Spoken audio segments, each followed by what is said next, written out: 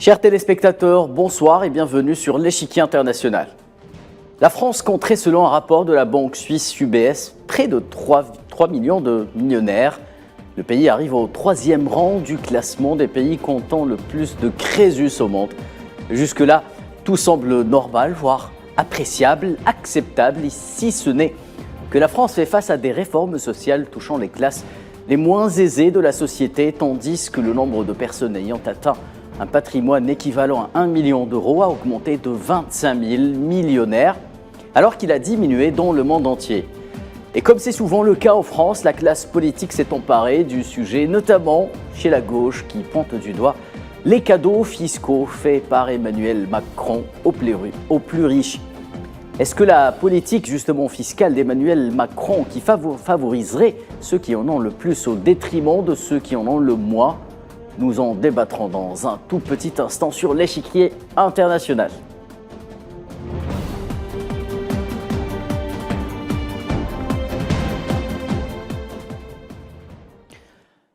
Mes invités ce soir nous rejoignent directement de Paris. Gamal Abina, vous êtes spécialiste des questions internationales. Bonsoir, merci d'être avec nous. Bonsoir et merci pour l'invitation. Manuel Pouchelet, quant à vous, vous êtes spécialiste des questions internationales, également vous êtes en direct de Paris, tout comme Gamal Abina. Merci d'avoir accepté notre invitation. Bonsoir monsieur et merci de votre invitation. Alors avant de commencer le débat, jetons un coup d'œil sur le contenu de ce rapport de la banque suisse UBS et quelles ont été ces réactions de la classe politique française. Réponse dans ce sujet signé Safouane Ben Sabri. Y aurait-il trop de riches en France? C'est la question qui surgit suite à un rapport de la banque UBS, classant la France parmi les pays comptant le plus de millionnaires. La nouvelle a fait monter au créneau la gauche qui s'insurge contre un creusement des inégalités subies par les classes les plus démunies. Le rapport annuel publié mardi décompte en 2022 plus de 2,8 millions de Français dont le patrimoine dépasse les 1 million de dollars, soit 25 000 de plus que l'année précédente, alors même que la crise du Covid a fait grimper la précarité. Manon Aubry, chef de file de la France insoumise au Parlement européen, s'en est pris à la politique d'Emmanuel Macron. Les millionnaires peuvent dire merci aux cadeaux fiscaux, déclare-t-elle. Avant la polémique, l'ex-président français François Hollande avait décrit Emmanuel Macron comme étant le président des très riches. La France insoumise a pointé du doigt le nombre de SDF en France, 300 000 selon l'INSEE. À cela s'ajoutent 10 millions de pauvres. Emmanuel Macron est adepte de la théorie du ruissellement qui consiste entre autres à mettre en place des conditions plus favorables aux plus riches, telles que la suppression de l'impôt sur la fortune. Une stratégie qui permettrait d'encourager la croissance et la création d'emplois qui en réalité a augmenté les dividendes des ultra-riches. La politique ne passe pas auprès des classes populaires. Les Gilets jaunes avaient accusé le président français de faire des cadeaux aux ultra-riches aux dépens des simples salariés. Allez, place au débat, sans plus attendre. Gamal Abina, 3 millions, 2,8 millions plus précisément et plus exactement de millionnaires en France. Qu'est-ce que cela vous inspire-t-il? Simplement une certaine forme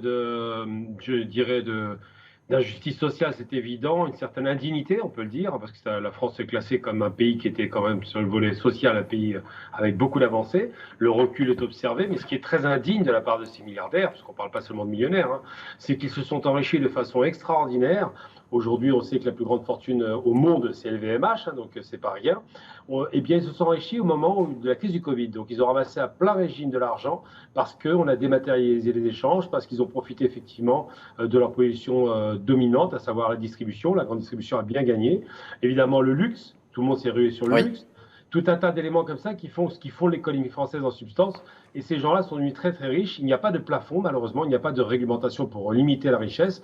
Donc la France s'enorgueillit d'avoir des millionnaires, 2 800 000, sur un terrain de paupérisation grandissante, 10 millions de pauvres en France, dont on dit qu'ils sont quasiment sous le seuil de pauvreté, avec des assistances à minima, à savoir le RSA ou le RMI, enfin l'ex-RMI, qui sont destinées à empêcher qu'il y ait une explosion sociale, mais c'est juste des pis-aller.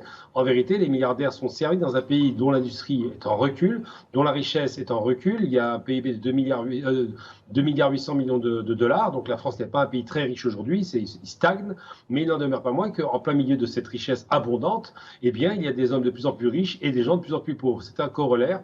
Là où vous avez de la richesse, il faut nécessairement, puisque la quantité d'argent est finie, que des gens qui gagnent beaucoup prennent sur ceux qui gagnent moins. C'est le principe de la France aujourd'hui. Et malheureusement, comme le capitalisme français a une spécificité très particulière, on peut en parler, eh bien, ça donne effectivement un état caricatural où on a le sentiment qu'il y a une fierté à la richesse en France, alors que l'argent est honteux traditionnellement par rapport aux rites catholiques. Et de l'autre côté, que d'autres pays européens, ceux qui étaient ultralibéraux pour la plupart, se comportent un petit peu mieux par rapport au rapport riche-pauvre.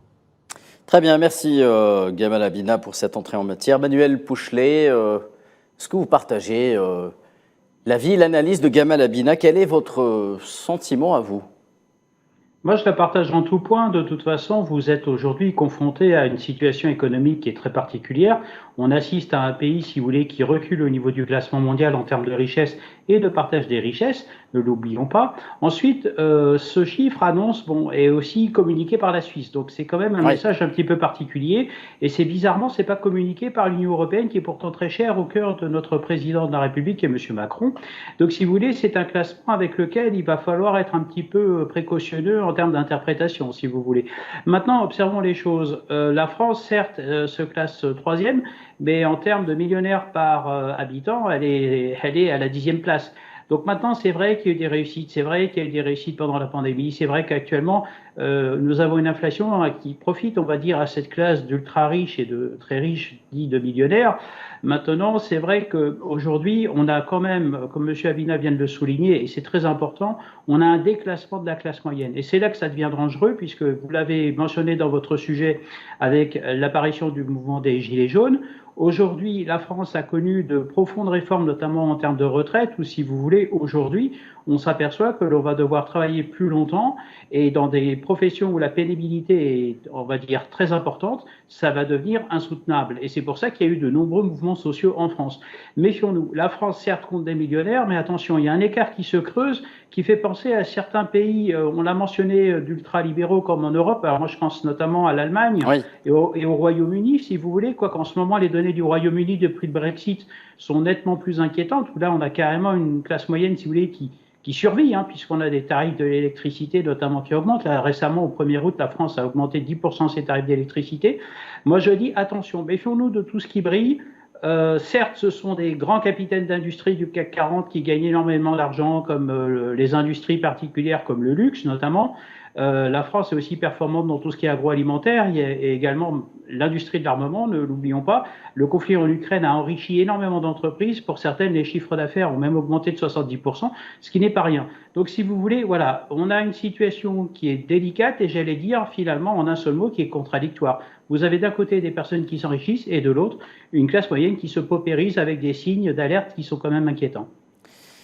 Gamal Abina, finalement, ce qui est pointé du doigt, c'est la hausse du nombre de millionnaires en France, 25 000 plus précisément, parallèlement à l'augmentation du nombre de pauvres ou de gens qui sont classés sous le seuil de pauvreté, qui est normalement de 1 000 € si je ne m'abuse. Est-ce que ce paradoxe, cette antinomie est entendable en temps de crise comme cela en Europe ou en France? Le problème, c'est que si on observe l'histoire récente, je parle du XXe siècle, là où il y avait beaucoup de pauvres, on prend l'Allemagne par exemple, avec ses 6 à 10 millions de chômeurs, il y avait aussi des milliardaires qui en profitaient. Le mécanique est simple, il y a un principe de vase communicant. Il y a une quantité d'argent finie. S'il y a une paupérisation de la population, c'est qu'un certain groupe de personnes s'accaparent les richesses. On prend l'exemple du Brésil, 1% de la population détient 99% des richesses du pays. Et tout le reste, évidemment, se partage les miettes. Et la problématique qui se pose, alors j'ai dit tout à l'heure, c'est de 2900 milliards de PIB de la France, avec un pays qui a une dette qui surpasse sa création de richesse. Ça n'empêche pas les milliardaires de s'enrichir. Ils ont des cadeaux fiscaux considérables. On sait que l'ISF a été retiré, mais pas seulement.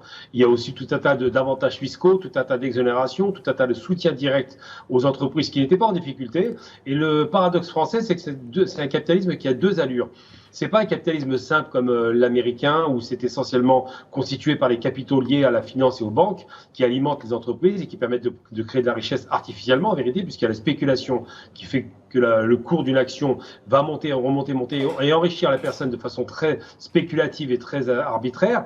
On prend l'exemple de Warren Buffett qui était très riche et qui aujourd'hui est beaucoup moins.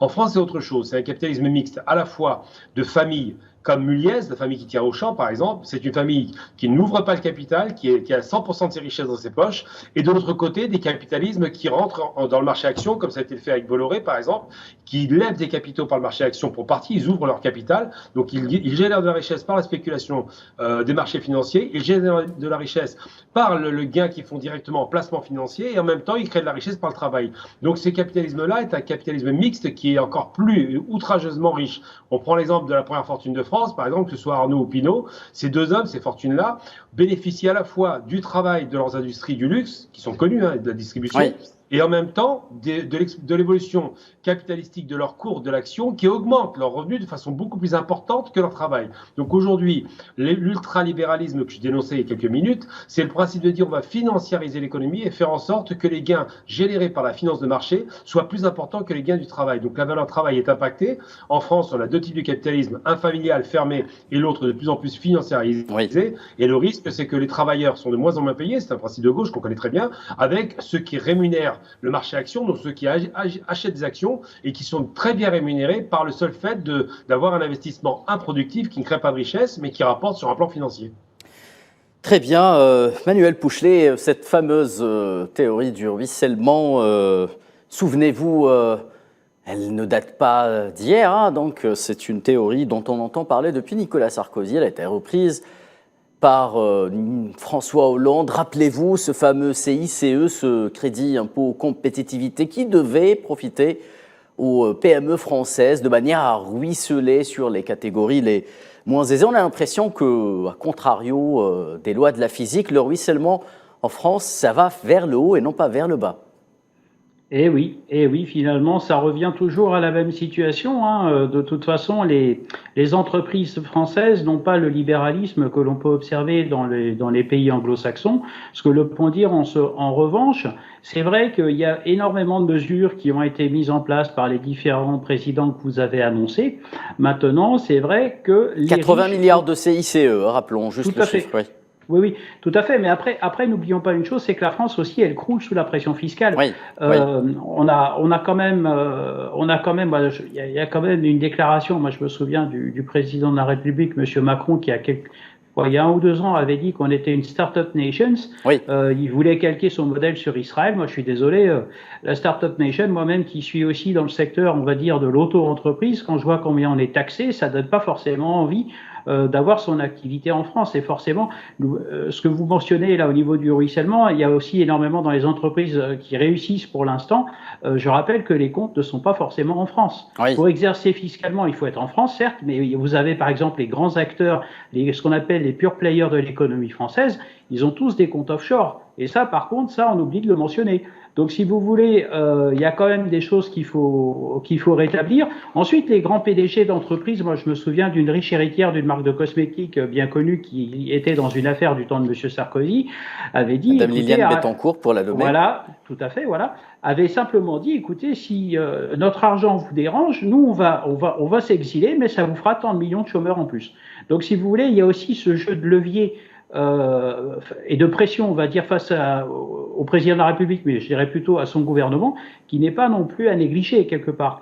Donc, si vous voulez, voilà, il y a un rapport de force qui existe. Malheureusement, nous sommes, avec ce que vous venez d'évoquer, les ruissellements, etc., ça va toujours vers le haut, rarement vers le bas. D'ailleurs, moi, pour avoir la chance de donner des cours dans des universités et dans des écoles, aujourd'hui, j'ai des jeunes qui se positionnent sur le marché avec des bacs plus 5. Et quand on voit les salaires qu'on leur annonce, ils ont de quoi être déçus. Donc, si vous voulez, voilà, je pense qu'on a aussi des entreprises en France qui sont gouvernées principalement par des actionnaires, et ce sont eux qui dirigent et qui, au niveau, on parle éventuellement, si on veut attaquer, si vous voulez, le sujet d'augmentation des collaborateurs de l'entreprise.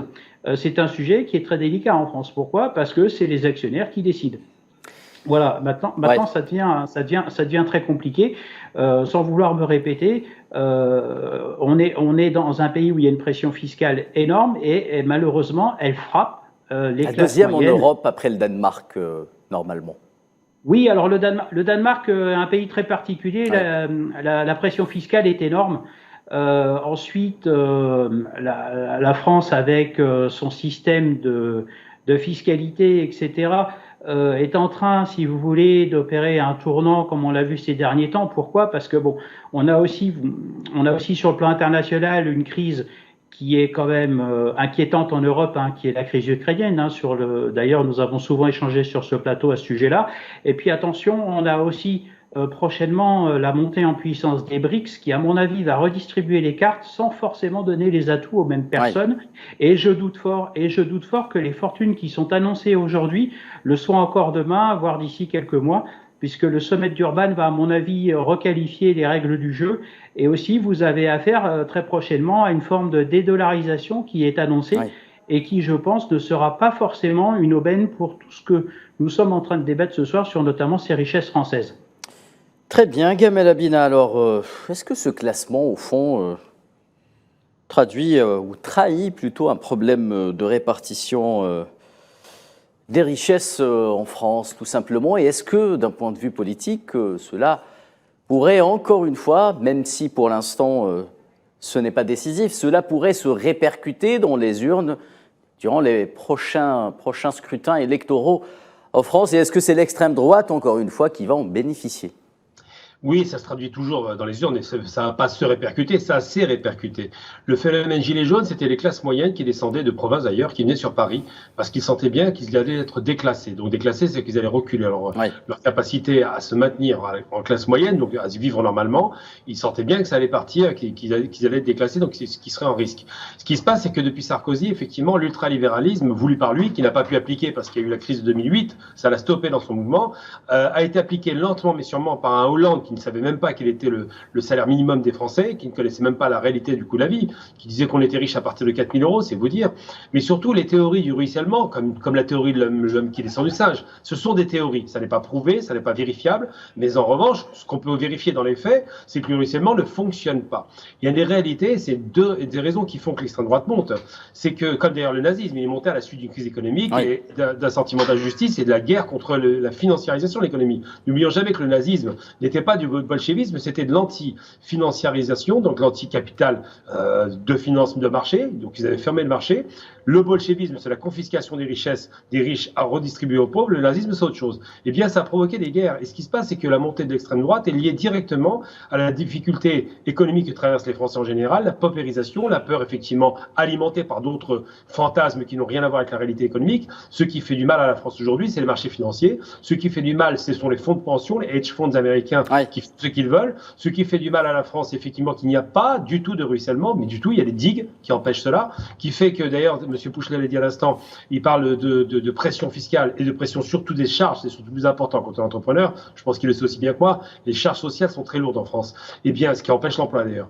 Et bien, ce qui fait le plus mal, c'est que les ultra riches bénéficient de cadeaux fiscaux, d'optimisation fiscale extrêmement performante, qui les autorisent à la fois à ne pas payer d'impôts légalement, et en plus à pouvoir, par des paradis fiscaux, par des évasions fiscales, il y a je crois 8 à 10 milliards, je crois 80 milliards, 8 milliards, excusez-moi, dénoncés chaque année en France. Eh bien, ces gens-là, non seulement ne sont pas inquiets par la justice, ne sont pas inquiétés, on se rappelle l'affaire Cahuzac, mais surtout, ils ne sont pas inquiétés et en plus, ils s'enrichissent de façon outrageuse sur un pays qui se paupérise. Donc, il y a un problème, il y a une véritable fracture sociale qui s'est installée en France. Jacques Chirac en parlait à l'époque en parlant des banlieues, mais cette fracture sociale s'est élargie aujourd'hui. Et c'est vrai que quand on a des présidents qui sont amoureux du modèle américain, que ce soit Sarkozy avec son NY quand il allait à New York pour courir à New York, ou que ce soit M. Macron qui parle de Star-Studded Nation, il parle de choses qui sont complètement... C'est des principes abscons qui ne veulent rien dire, mais qui ne profitent absolument pas la population. Aujourd'hui, la création de richesses est en recul, l'enrichissement des plus riches, qui sont de plus en plus nombreux malheureusement, est de plus en plus évident. Il y a 22 millions de millionnaires aux États-Unis. C'est pareil pour la Chine, 6 millions de milliardaires en Chine. C'est vraiment une course au profit pour une minorité qui, évidemment, en profite sur la majorité. Et comme je le répète, là où il y a des riches, il faut qu'il y ait des pauvres. C'est le principe. Si vous voulez qu'un homme soit très riche, il faut qu'il fasse travailler beaucoup de gens et qu'il ne les paye pas cher. Et malheureusement, la France a consacré ce système alors que jusqu'à présent, elle avait tendance plutôt à protéger les plus faibles, les foyers les plus en difficulté. Aujourd'hui, c'est plus le cas. Avec ces cadeaux fiscaux permanents qu'on fait aux entreprises les plus riches, avec les pressions fiscales qu'on fait aux entreprises les plus faibles, les moins riches, eh bien effectivement, les pauvres payent pour les riches et les riches sont de plus en plus riches. Et François Hollande qui En pleine présidence d'Emmanuel Macron, on disait du ruissellement, que c'était plutôt du goutte à goutte actuellement, contrairement à ce que l'on pouvait s'attendre. Je vous vois rigoler, ricaner, monsieur Pouchelet. Justement, Emmanuel Macron, dans François Hollande, disait qu'il était aussi le président des très riches. Est-ce qu'il est le président des très riches selon vous, Manuel Pouchelet ? Oui, bah ça, vous savez, c'est les déclarations politiques habituelles des clans qui s'opposent. Je rappelle que M. Macron a été quand même un des ministres de M. François Hollande. Son ministre d'économie, plus précisément. Oui, tout à fait, et Oui. qu'il était même très satisfait de son travail. Oui.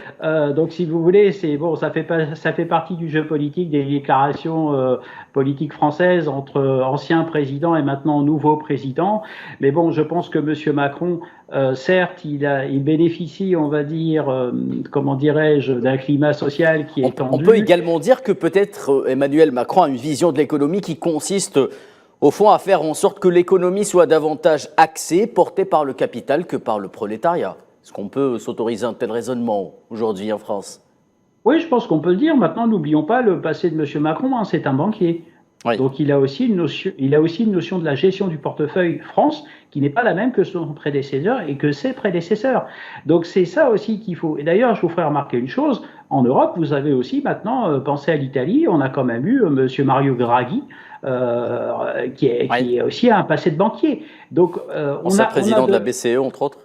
Tout à fait, voilà. Donc maintenant, il faut aussi prendre en compte qu'on a dans nos régimes politiques en Europe, on a maintenant l'arrivée au pouvoir d'économistes qui vont dans leur programme électoral promettre monts et merveilles comme d'habitude, et comme le disait le général de Gaulle, les promesses sont faites pour être élues et non pour être tenues.